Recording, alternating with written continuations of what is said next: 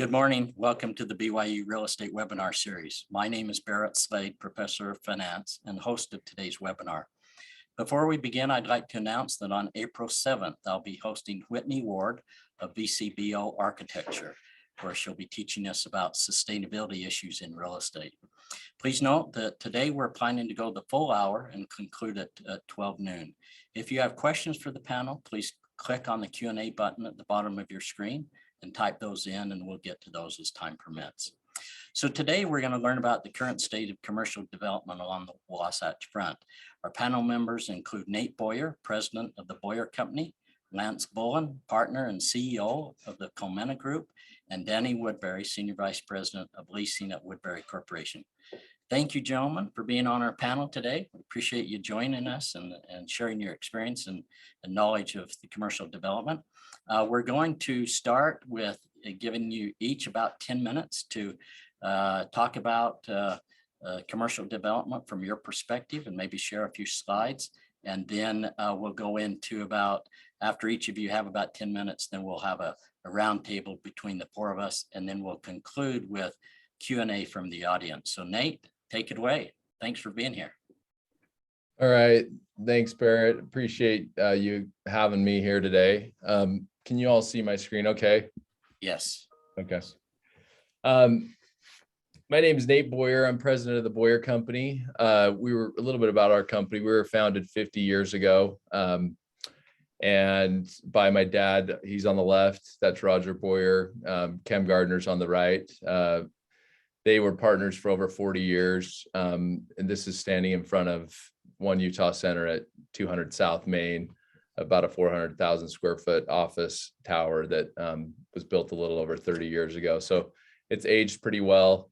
We're about 130 employees, and we've developed a little over 40 million square feet of all different asset classes. Being in Utah, you've got to be somewhat of a generalist, but we were really born as an office developer, and I'll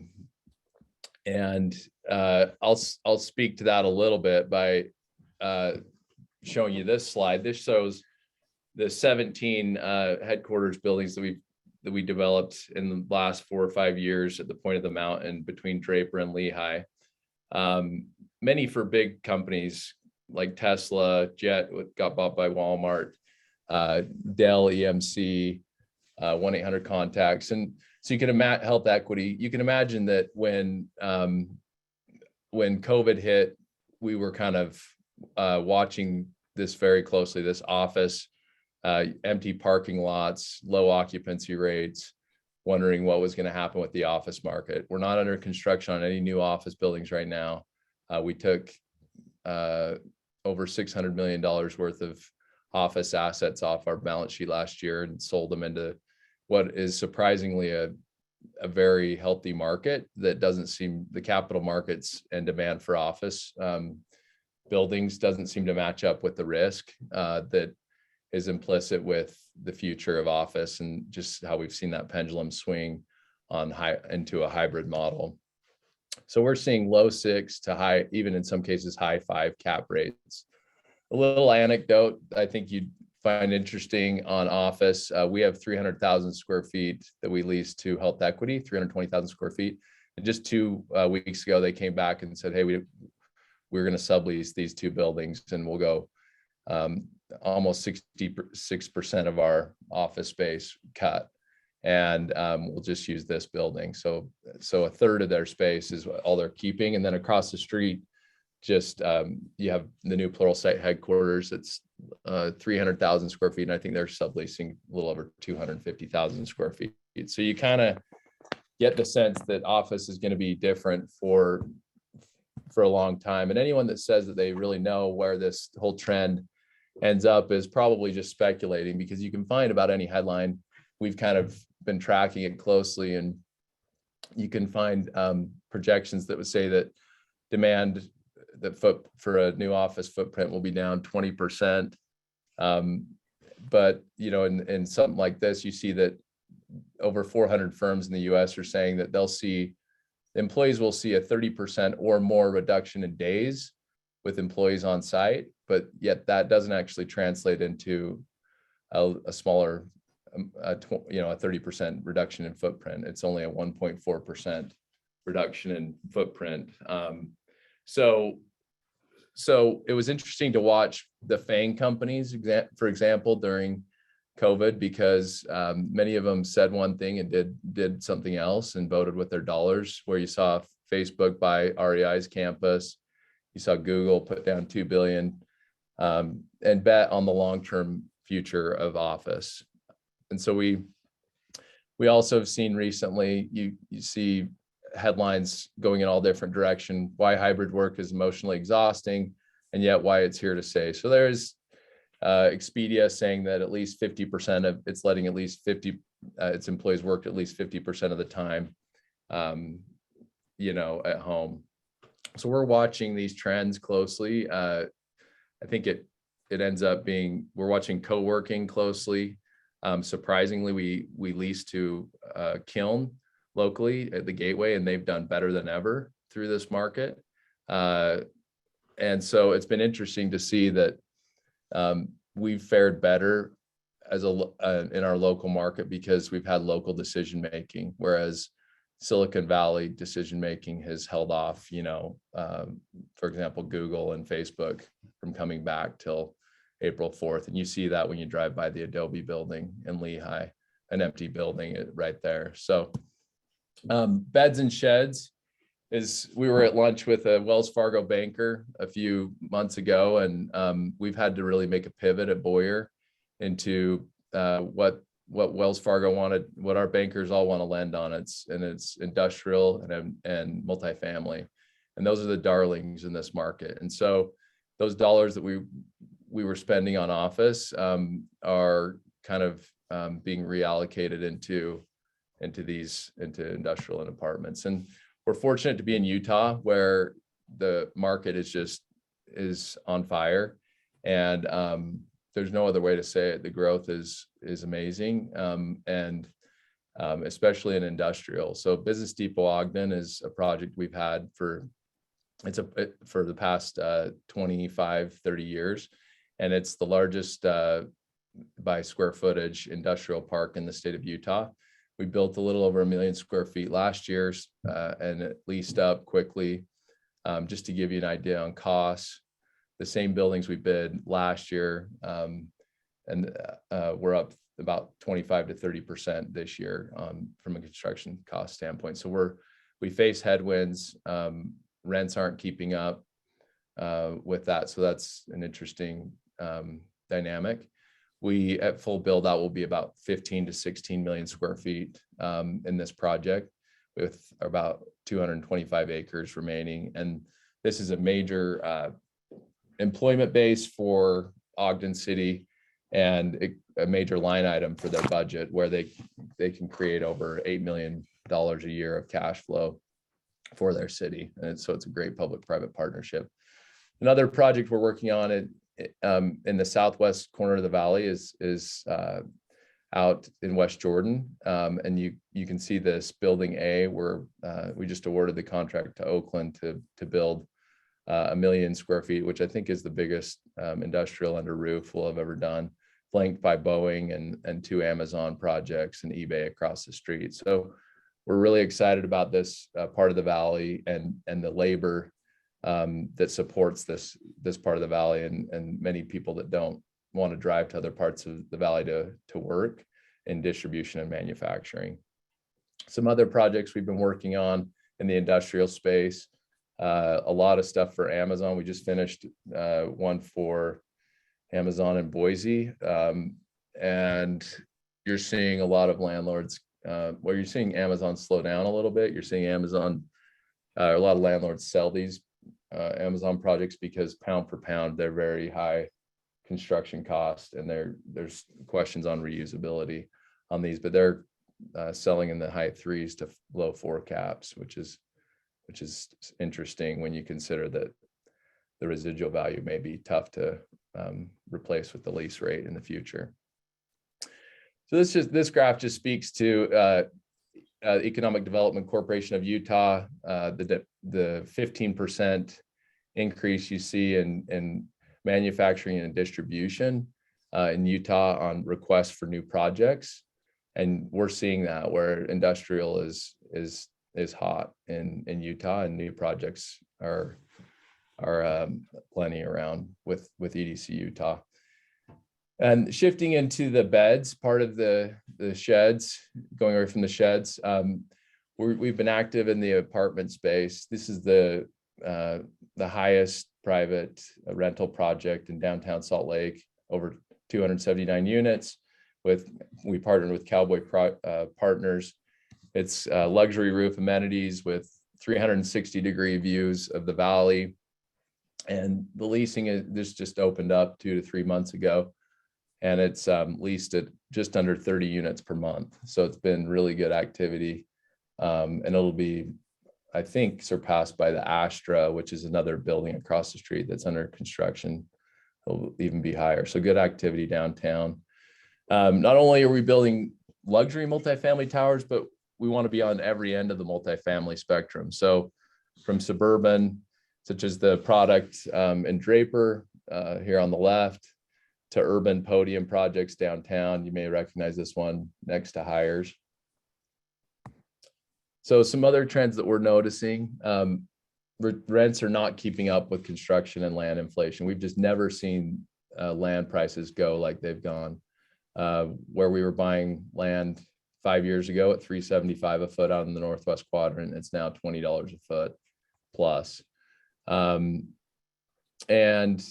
then just retail pads that you just put under contract at $60 a square foot down in Lehigh, which is astounding. We'll see if they actually close, but just interesting new high water marks. Returns are getting thinner on a current return basis based on what we think these projects will look like today. One reason we believe we'll continue to be successful in this environment is because of the strength of our balance sheet and how competitive the lending environment is. But it is making us write bigger equity checks and see smaller profits. And so you have to question, are you really going to build to a 5.5 cap and bank on 100 or 150 basis points spread and take all the risk? And then we're watching the Fed crank up rates. And what does this really mean for cap rates? I think everyone wonders that. With inflation, I think a lot of us think that dollars may keep flowing into real estate because it's so protected from inflation. So the underlying story here is just that Utah's story is so good. We've unprecedented interest in our market and the dollars flowing in. As developers and landlords, we're all seeing that. Over 5.2 trillion of stimulus was dumped onto the market, over 3 times more than the financial crisis of 08-09. So there's a lot. Money is a commodity right now, it feels like. You can see the money supply graph here spiking. Here from a construction activity standpoint, you can see that 2.7 billion was a record last year, and you can see that industrial was at the top of that. And then also just the role that venture capital has played in our market, where it's propped up a lot of the tenants that we have on new rounds of funding, and they're paying that in the office market. And on a per capita basis, we stand at number 7 in the country. And then speaking to the apartment space, we're creating a new city every year, basically. It's last year, 60,000 between new migration and new babies born and new people moving into Utah. So I think it was 54,000 people moved into Utah in 2020 alone.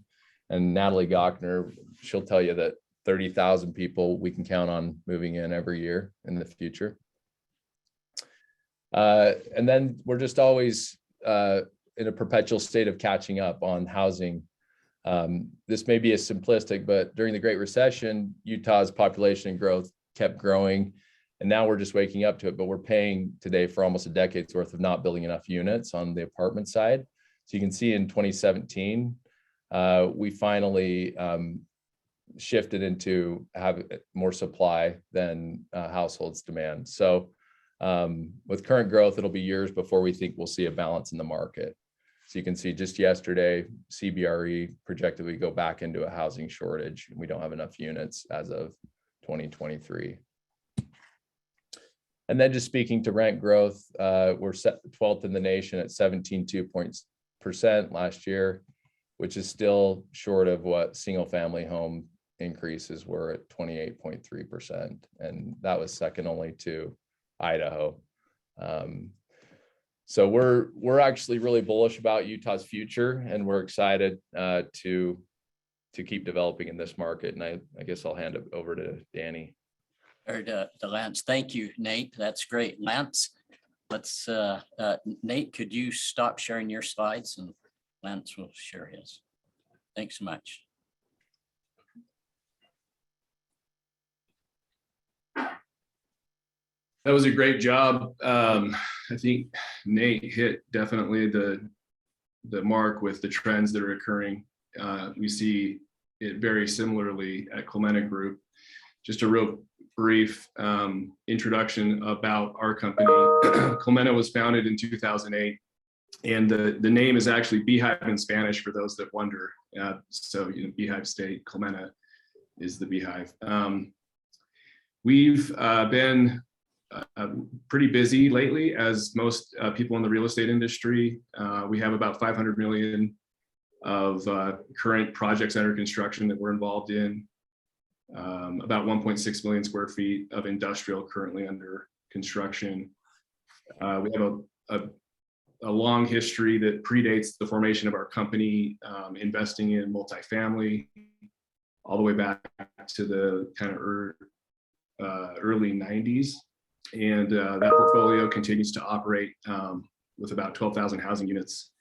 And then about 3 years ago, we partnered with a couple other groups, and we formed a mobile home acquisition fund, really to take advantage of the opportunity zone investment legislation, but it kind of ballooned into more of just a strategic, I guess, trend that's moving quite swiftly through the country, and that is the consolidation of modular housing and the communities that tend to be much more affordable. And so that's been a really interesting platform. It's called Roots. It currently has about 38,000 mobile home units in the United States, which would put us around the 5th largest in the country. And that's a lot of acquisition, a lot of growth in a few short years. Kind of the story there in the affordable space. Nate talked about the affordability issue here in Utah. It's obviously a nationwide problem. And so the mobile home solution tends to be the most affordable solution, where we can offer units for average rents of about $720, and our all-in costs per door are around $55,000 to $60,000 when you count the value of the land and the placing the unit and the purchase of the unit. So pretty good economics when it comes to the rent return profile. And then we also have been pretty busy acquiring land.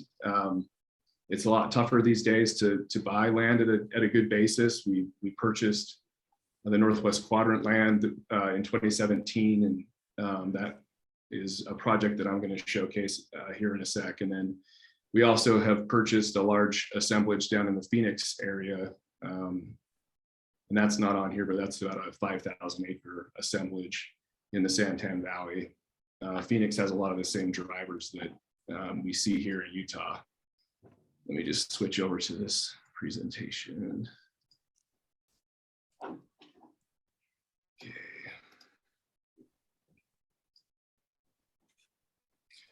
So I kind of wanted to talk about the Northwest Quadrant as a mega trend, I guess, that's kind of going on in the nation with respect to the supply chain, distribution, and fulfillment. Nate did a good job talking about the underpinnings of what's going on.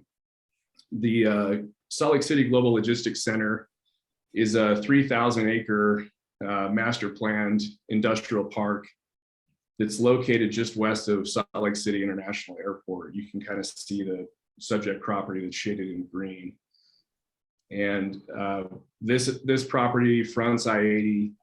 It's very close to downtown. It's close to I-15. And it's been fascinating to see this project when we first started in 2017, to watch it kind of grow into what one of the largest economic development opportunities that I think is going on in the state with respect to total, potential capacity. So approximately 50 million square feet of project could be built in this property. We've currently built about 4.5 million, and we broke ground in 2019. This is a property that falls within the inland port jurisdictional area that a lot of you have heard about. And we refer to Utah as the crossroads of the West, and it's increasingly becoming the crossroads of the world. And you're seeing the strategic location that Utah plays in the Western United States, as far as being on the crossroads of two major freeways, having direct rail infrastructure that comes from each deep water port on the coast. And the supply chain is obviously, as you know, it's under extreme pressure to keep up with demand and to kind of reformat itself to be more efficient, given the increased needs of inventory that are being placed on companies that are now adapting to just-in-case inventory ideology versus just-in-time inventory ideology, which COVID kind of basically killed the just-in-time idea. So there's a lot of new industrial space that is going to need to be built across the country in order to take advantage of what is currently the growth of online sales, and also just the reshoring of approximately, people expect it to be about 20% of all inventory that's currently overseas needs to be reshored, which in terms of overall square footage puts it at about 1 billion square feet of new supply that needs to be built to house that additional inventory. So this is just kind of an example of one of our phases. This is phase 1 site plan. We just are in the final stages of delivering Walmart a 1 million square foot building. We've leased 2 buildings to Amazon. We're starting construction on 3 more buildings this year. Probably will end up doing another 2 million square feet if the same velocity it keeps occurring that we're seeing in the marketplace in terms of the industrial demand. Kind of here's a broader view. One of the perspectives that's been really interesting for us to learn about as we look at the Wasatch Front and we contemplate the growth that's occurring and the friction that occurs with growth. And it's interesting to note that much of our supply, if you go to the grocery store or if you shop online and buy something, most of that supply, in fact, the vast majority of it is trucked to and from Utah to the Wasatch Front. And so a very small percentage of our products come to us by rail. And yet we're one of the most strategically located cities from a rail perspective in the West, with direct lines to each deep water port. So the rail idea has become a key focal point in the discussion about the merits of the inland port, given that rail is much more sustainable than trucking. Is, from an environmental perspective, is one of the cleanest ways to move freight. And also just the congestion that has occurred as we continue to grow. If you ever go on I-80 and look at how many cars are diesel trucks, a lot of the nation's ordering and fulfillment does drive through Utah. And that's because of the Grand Canyon and getting through the Rocky Mountains. You kind of either have to go east on I-70 or a lot of it goes east on I-80. And so the Utah being on that kind of strategic spot is not going to change. And so a big concept that we've really been focused on that we think is going to become a big trend for the Wasatch Front and for this project in specific will be the rail service. And we've broke ground on our first rail serve campus, which is, we call it phase 2, which is the kind of boxed area in between phase 1 and phase 3. And we have plans for rail connectivity to that location. We just signed a build to suit for a company called Duraline that manufactures conduit for Cat5 cabling and fiber optic cabling. And they ultimately need rail as a solution for their production process. So rail's kind of been a huge opportunity for us to get involved in and study. It's not like roads. It takes a lot of planning, a lot of attention to detail. And once you build a rail line, it's very difficult to move it or change anything about it. So we've really believed strongly in the merits of increased rail capacity, especially north of I-80. There's quite a bit of rail capacity that is servicing south of I-80 presently. This is an interesting chart that kind of talks about the penetration of e-commerce as a percentage of total sales. You can kind of see the steeper increase that occurred obviously as a result of COVID, and the trended forecast. This is done by Prologis, who's one of the largest industrial landlords in the world. It's easy to see that online sales are going to continue to increase as a percentage of total sales, and all of us are participating in that as we continue to use Amazon and other retailers online.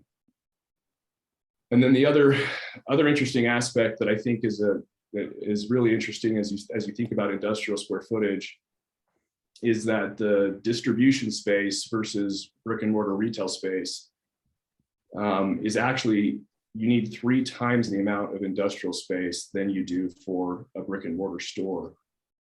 And so for every percentage increase in online sales that occurs, you're really talking about a tripling of that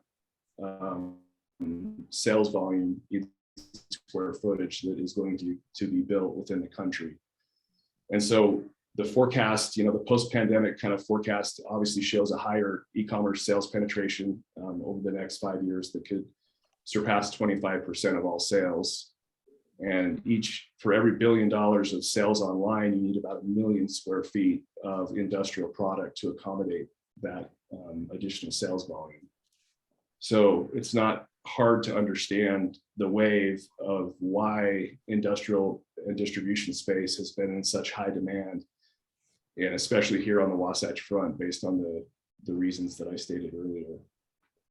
So it's been for us, focusing on this project, I think is emblematic of Utah. It's emblematic of the industry that we have. It's emblematic of a very favorable location to do business. You're seeing a lot of pressure on the supply chain with respect to what's going on at the ports and the difficulty that port operators are having, ocean steamship liners and rail carriers are having at getting product off and inbound inside the country at a reasonable timeline. And as that pressure continues to expand, we think that the distribution and fulfillment model will continue to be more fragmented and will continue to grow out nodes, much more nodes along the way of fulfillment and distribution to the consumer, which really speaks to the viability of the inland port here in Utah and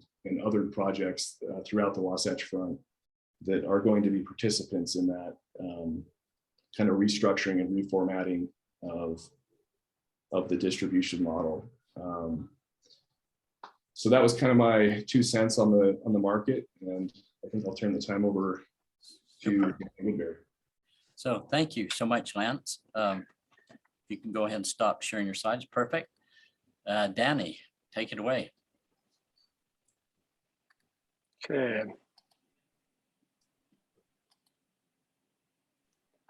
All right. You can all see my screen, correct? I cannot. Cannot. Can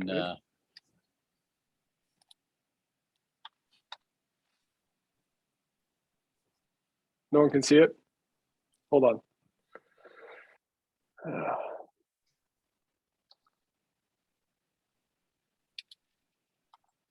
is it on our end? Okay, yes, it is. Okay, here we go. We've got you your can see it? calendar. We've got Got my calendar. You can see how busy I am or not busy. Okay, thanks so much. Go. Perfect. Perfect. Thanks, guys. It's a pleasure to be with you here today. I think I'll take a different approach or sort of construct to go through how I and Woodbury Corporation see development along the Wasatch Front. Quick introduction: Woodbury Corporation is a full-service real estate developer. We're 103 years old. I'm in the fourth generation of Woodbury's to own and manage a company. Really proud of that legacy. We have about $4.5 billion of commercial real estate. We've developed about 80% of that. So heavy on the development, lighter on the acquisition. We also have a pretty big operating company because we have all the food groups in-house to perform on commercial real estate and all the management. So we have about 1,000 employees. But and we're in 16 states. And as far as the property types we're invested in, about 30% of that is multifamily, about 30% is retail, 25-30% is office, and the rest is hospitality, senior living, and a little bit of industrial more recently. So the way I thought I'd go about talking about the Wasatch Front is to compare and contrast different property types pre-pandemic 2019, then right in the middle of the pandemic 2020, and then now looking forward, what does that look like? Because I think there's been a lot of changes and the relative position of these property types has shifted. So I would give a caveat that what I'm showing you is not super scientific. It's more anecdotal, although it's certainly informed by empirical data. But how we saw these different property types, 2019, multifamily and industrial were definitely the darlings of the ball and performing solidly. Office and hospitality were probably right below that along the Wasatch Front, and retail was a laggard. Lance did a really great job tearing apart why you would never want to invest in shopping centers, and that all you should do is logistics and industrial because of the changing trends in online sales, which I totally support and agree with. And there was a perspective that retail was dead and there was a retail apocalypse. That was sort of 2019. So 2020, we saw some shifting in the relative position of these property types. And the impact of COVID was different depending on the property type. Hospitality was by far the class that got slammed the hardest. Every time the governor enacted a new restriction, we were counting the millions of dollars lost by the hour in lost rooms booked and convention space. It was very, very painful and scary. The other metric we were tracking was default rates with our tenants paying rent. And retail was also performing poorly, pretty high default rates in like April and May of 2020, where call it 30% up to 40% of our tenants weren't paying rent, which again, a lot of people are saying that's the nail in the coffin. If retail wasn't dead before, it's going to be dead now. No one's paying rent. Office was more puzzling. I think Nate correctly suggested that no one quite knows what the future looks like for office. But it was puzzling because people, for the most part, were paying rent, but no one was occupying their spaces. Everyone was working from home, and no one knew how that would play out. Meanwhile, multifamily continued to perform well with new people moving to Utah, plus the inherent growth that was happening in our population. And industrial was already on an amazing trajectory. And I think Nate and Lance correctly pointed out how it's just taken off even beyond what people imagined. So that was right in the middle of 2020. So what does it look like now? Once again, it shifted. And we think it shifted in somewhat surprising ways. One thing you'll notice is, no one knows what's happening with office. The impact of work from home is real. And I feel like my outlook on office changes every week. 1 week I hear about, one of our own tenants who's going to work from home permanently, or some other group who's putting a huge chunk of space on the sublease market. We get really scared. And then the next week we hear about an equally large tenant who's out looking for space. And so how that all plays out, no one knows. One thing that came as a surprise on the hospitality front was the amazing upswing in hospitality performance, really over the last, let's call it 5 to 6 months. We did our 2022 budgets at the end of 2021. We were already seeing positive trends. And so we set what we thought were optimistic 2022 budgets in hospitality. And since then, we've had to redo our budgets upward. And we think that's really promising. And I believe that hospitality is often a leading economic indicator, especially the types of hotels we own and operate, which cater primarily to business travel. You know, when businesses are out traveling again, doing conferences, doing trainings, it usually means there's something good coming afterwards. And so we've seen that, you know, and if the current trends continue, we're forecasting the best year we've ever had for our hotels from a net operating standpoint, which honestly, we had no idea that was coming even a few months ago. Retail too has been sort of surprising the performance. After being in the total doldrums in the middle of the pandemic, retailers have just been on a tear. Another great economic indicator we look at in our portfolio is the sales at our malls. Mall tenants typically report sales on a monthly basis, so it's a really great monthly snapshot on what's happening.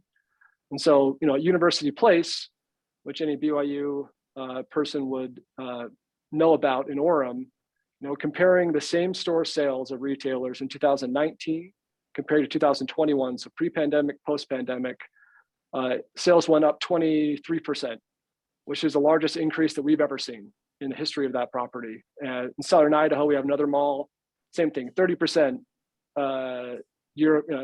same store sale growth, which completely astounded us. Just amazing performance.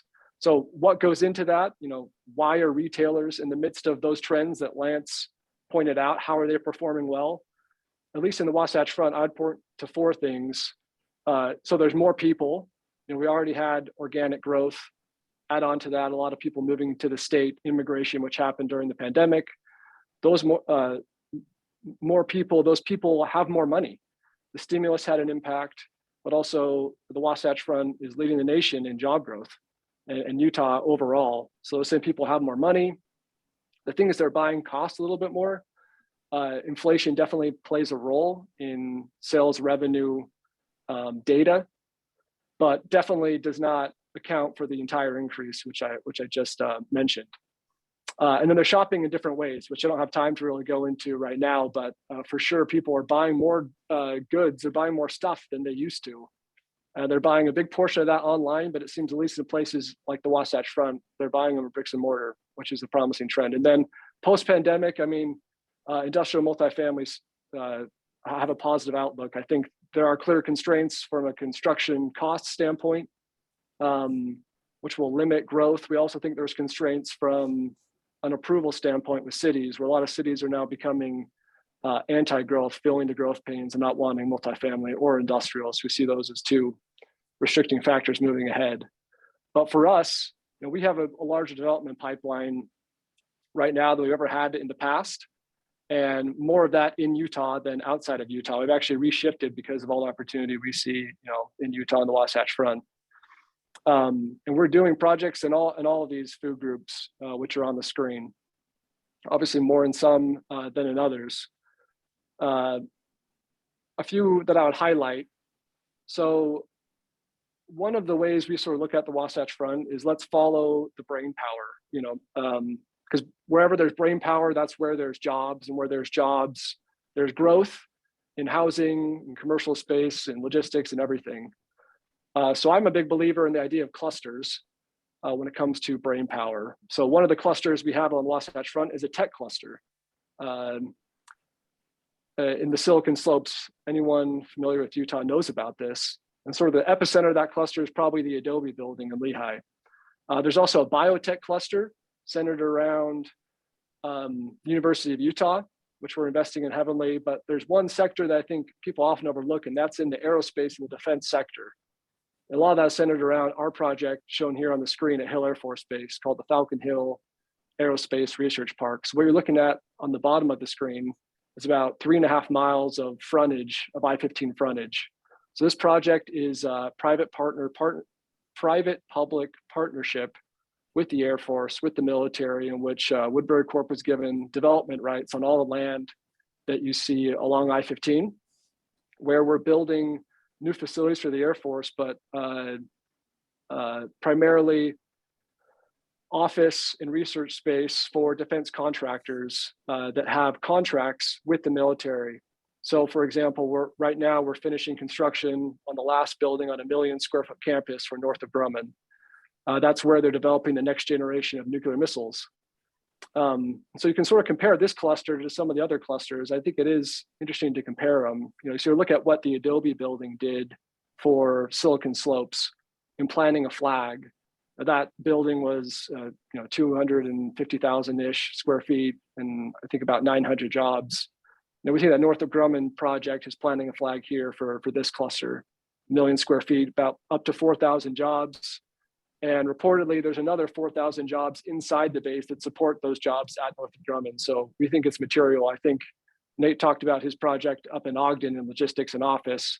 We see that there's actually a lot of opportunity north. And I think in the past, most of the development of the past decade has been, downtown and into Utah County, but we see a lot of opportunity northward, partially around this cluster, Hill Air Force Base.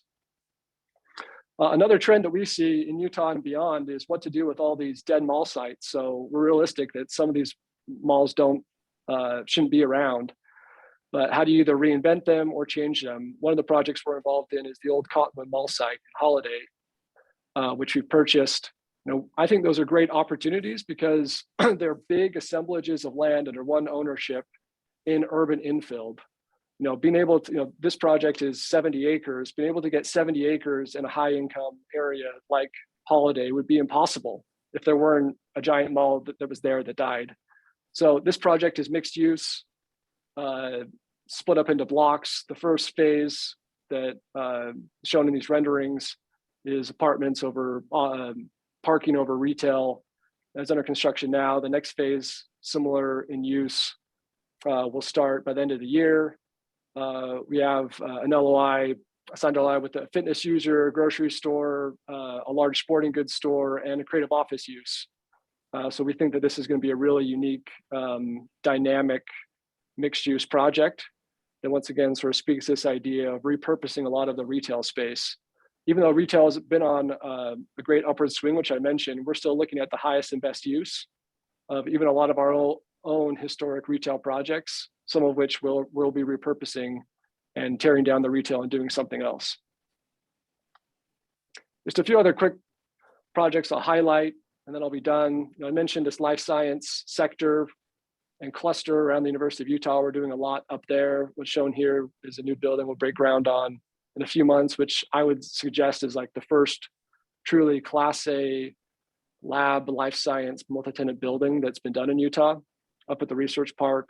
And we've been doing several other life science-based projects in downtown and on the west side, conversions of existing buildings into life science and ground up development. University Place in Orem, I sort of mentioned that before, have a lot of new activity there. What was a mall is now, we would say, becoming a mini city center. We've built 800 units of housing there, have another 750 that we can do. A brand new Dillard's, which opens next week. If you track the stock of Dillard's, it's also been on a tear, which is interesting to see, and a new development as well. Vineyard Station. So the city of Vineyard has just seen a huge amount of home growth. So this is a project that we've been brought in on as a partner with Flagship Homes to do a large scale mixed use development there on the new, expanding the city of Vineyard. And the Desert Color Commercial, once again, this is a part of a larger project, 10,000 units of housing, desert master planned and developed by our partners, GWC Capital and Blue Diamond. They brought us in to do the commercial component of this project, which on its own is large, 180 acres with a big shot golf, like Top Shot Golf that's under construction, a 75,000 square foot family entertainment venue, grocery store, few hundred units of apartments that we're doing, in addition to the other resort and single family product that's under construction.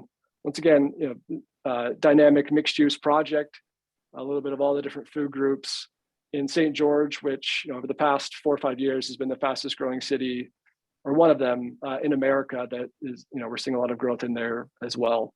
So, yeah, I mean, we think the outlook is bright. There's constraints, but clearly a lot of opportunity. And I think that's all for me.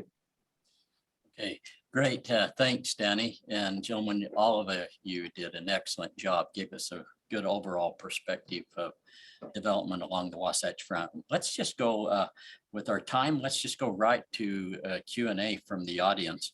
We're getting lots of different questions, so I'll just fire these out. And if each of you could, Danny, if you could stop sharing your screen.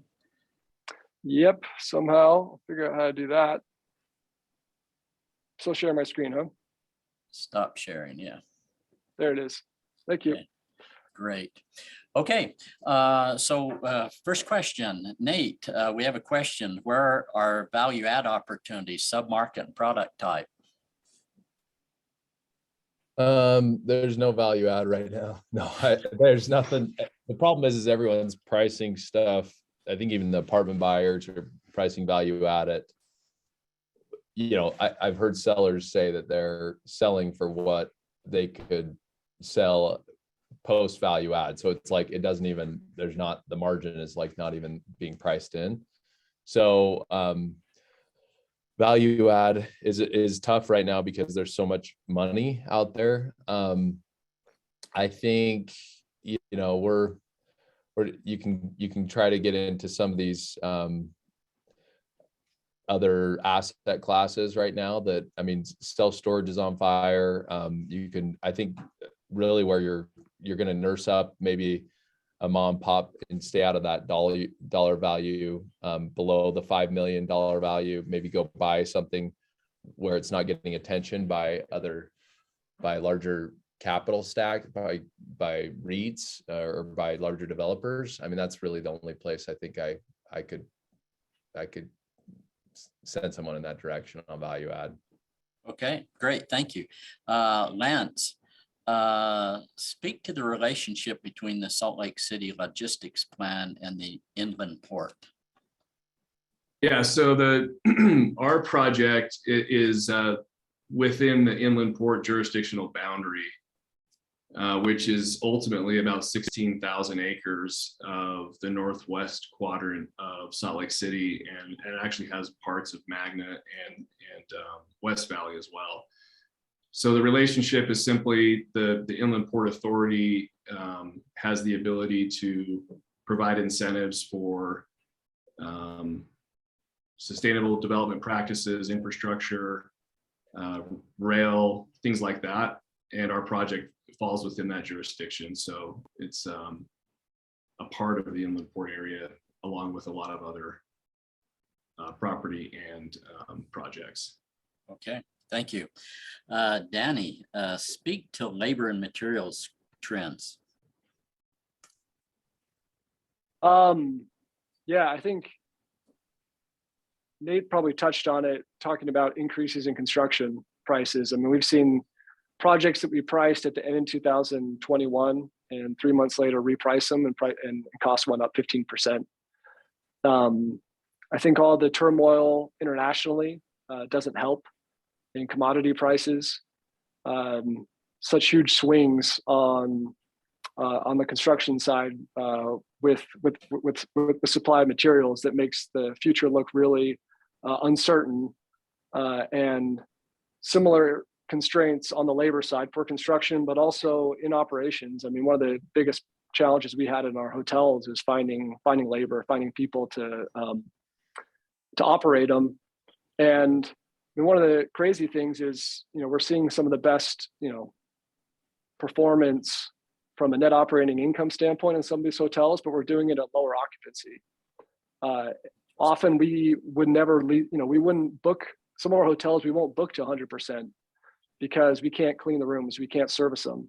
But even with that, still they're performing well. So I think both of those are major constraints looking ahead. Great. Okay, thank you.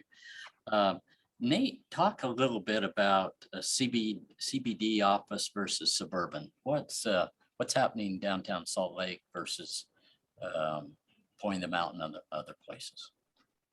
Yeah, so I mean, CBD is getting kicked in the face right now on office. It's a really tough environment, to be honest with you. Down the street, there's a building at $23 a foot gross, and they're offering they're offering $100 TIs, which are kind of unprecedented. So you're seeing like a lot of just law firms. The tech community has not migrated downtown, and I know that the LDS Church just built 95 State, which is a beautiful new building, and I think they would tell you that they were, pre-COVID close to 70 to 80% pre-lease, and then post-COVID the interest really fell off. So I think they may be in the 40 to 50% pre-lease. They just opened that building. So it's suburban office continues to be hot, and I mean hotter than CBD, not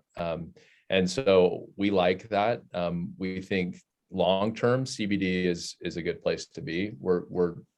We're staring down about 70% occupancy, 70 to 80% over the next few years at our One Utah Center. And so we are a little concerned about that, but we're looking at all kinds of things like co-working, and we're looking at kind of like, how do you remake, what is the future of office, like we said, and is it really more than law firms downtown? And I think as more housing units go up downtown, I think it breeds just a whole new amenity set right outside your front door. So it's just, it's a good long-term play, we're hoping. Great, thank you. Lance, we're having quite a few questions around inflation, and they're wanting y'all to take out your crystal ball and talk a little bit about inflation and financing, interest rates. Just what's on your mind as it pertains to inflation? Well, what's on my mind is we are experiencing a lot of inflation, and it's inflation can be emblematic of a good market. It can also be emblematic of insufficient fulfillment and supply.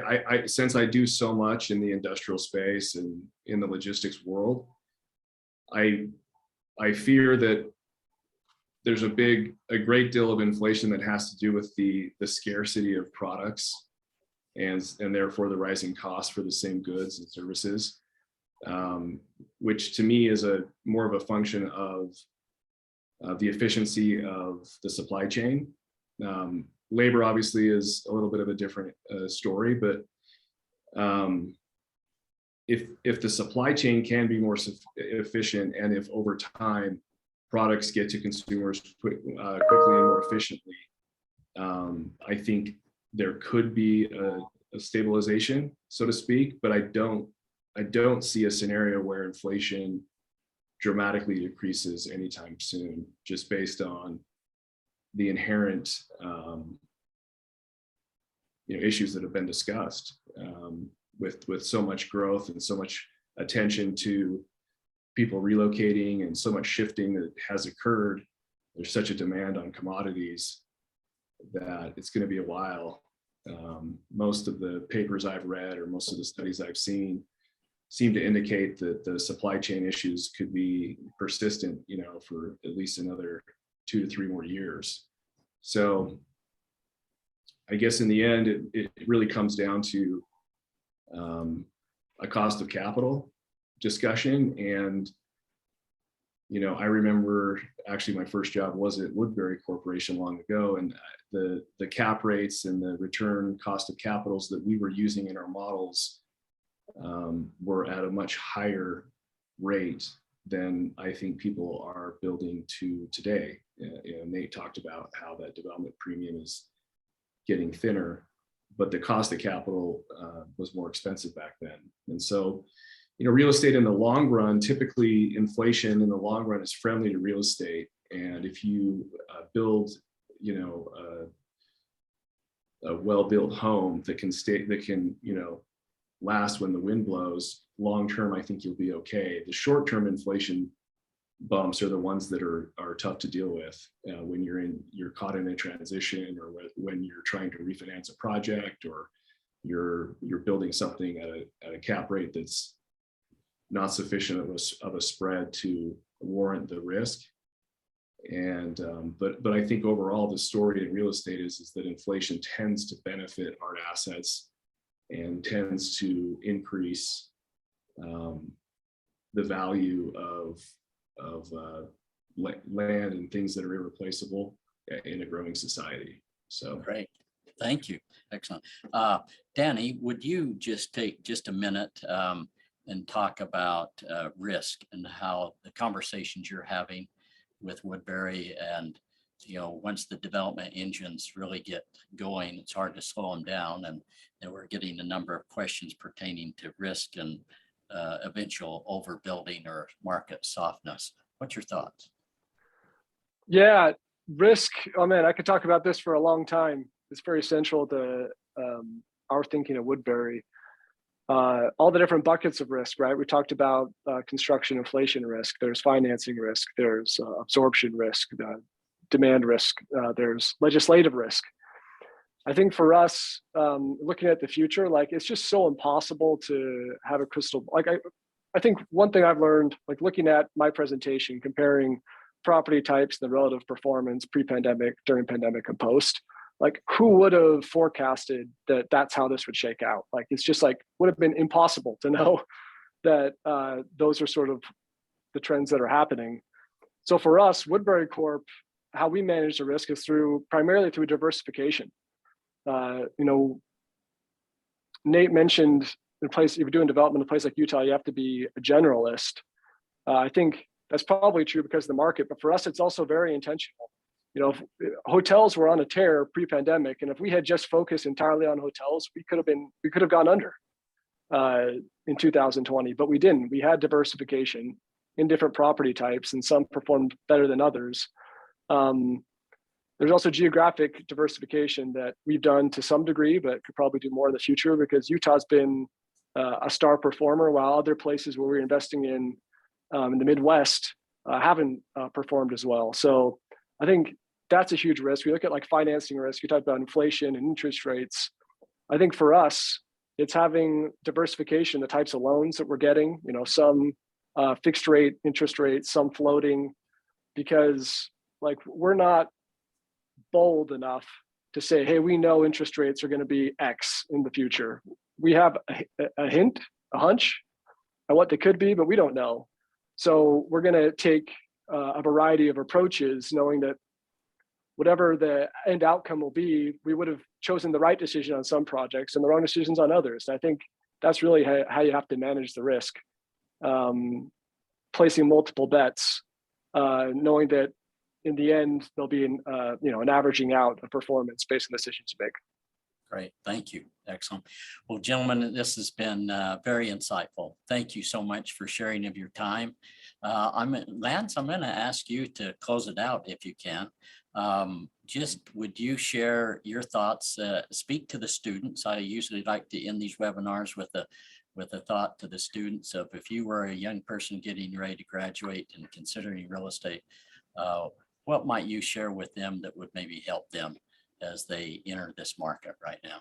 And then we'll conclude. Yeah, well, that's a lot of pressure. Hopefully I can say something that's worthwhile. I tell my students when I teach up at the University of Utah that real estate is a practice that rewards patience.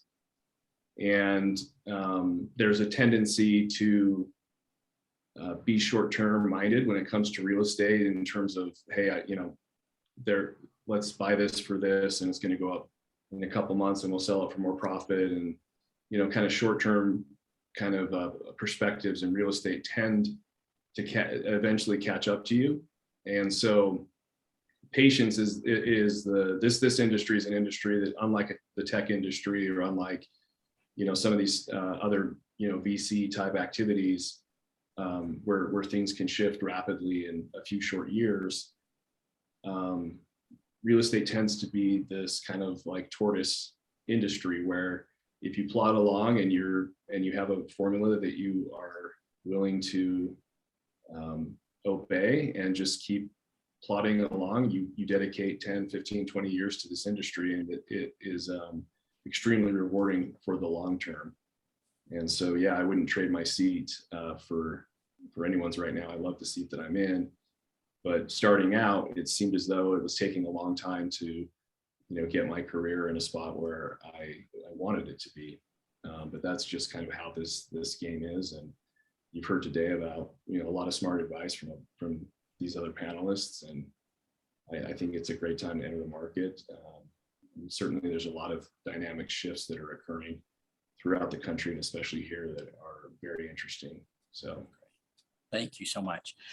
Well, thank you again for each of you. You're very successful, and we appreciate you taking your time to share with our audience today. So to each of you, we hope you have a wonderful afternoon. We invite you to join us on April 7th, where we'll hear about sustainability from Whitney Ward.